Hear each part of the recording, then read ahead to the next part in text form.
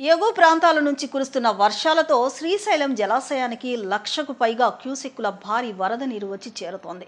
Project పూర్తిస్థాయి నీటి మట్టం 885 అడుగులు కాగా ప్రస్తుతం నీటి మట్టం సుమారు 869 అడుగులకు చేరింది. అలాగే 215 టీఎంసీల పూర్తి నిల్వ సామర్థ్యానికి గాను నీటి నిల్వ క్రమంగా పెరుగుతోంది. నీటి నిల్వ నిలకడగా పెరుగుతోంది.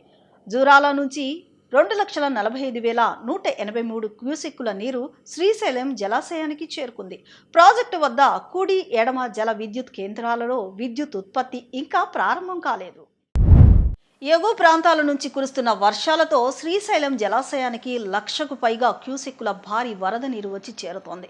ప్రాజెక్టు పూర్తిస్థాయి నీటి మట్టం 885 అడుగులు కాగా ప్రస్తుతం నీటి మట్టం సుమారు 869 అడుగులకు చేరింది. అలాగే 215 టీఎంసీల పూర్తి నిల్వ సామర్థ్యానికి గాను నీటి నిల్వ క్రమంగా పెరుగుతోంది.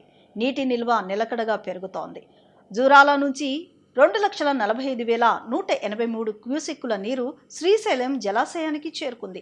ప్రాజెక్టు వద్ద కుడి, ఎడమ జల విద్యుత్ కేంద్రాలలో విద్యుత్ ఉత్పత్తి ఇంకా ప్రారంభం కాలేదు.